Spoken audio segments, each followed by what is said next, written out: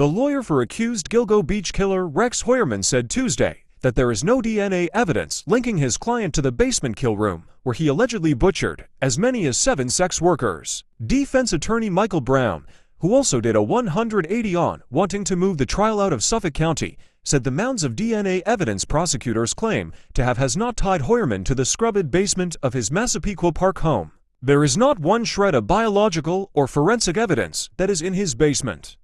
Not one. Nothing from the victim. Nothing from him, Brown told reporters. So, in essence, you're telling me that you have 1 hair per person, per victim. He wasn't conscientious enough or careful enough to make sure that didn't happen. But yet, the basement is completely scrubbed. It doesn't make sense. My point is, how do you explain that there is nothing in the basement, and that's the kill room, he said.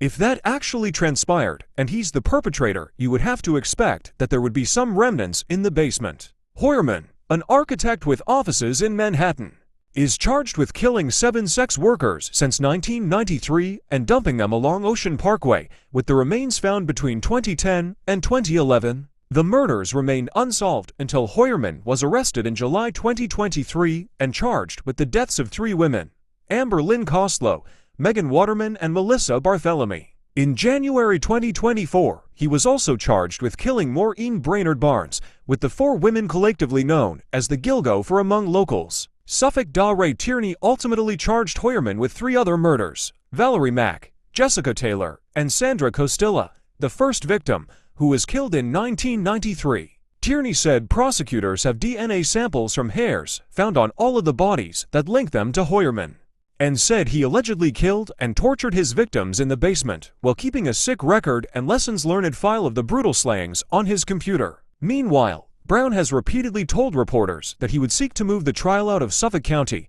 saying the high-profile nature of the case would make it difficult to find an impartial jury in the community. On Tuesday, the lawyer did an about-face. One of the reasons we did not file a change of venue motion is because we are looking forward to 12 people in Suffolk County, the residents in Suffolk County who are familiar with what goes on in Suffolk County, Brown said. We are looking forward to having them sit in that courtroom and listen to the evidence, he added.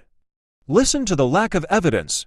Listen to the whole picture as opposed to just snippets that you may have heard.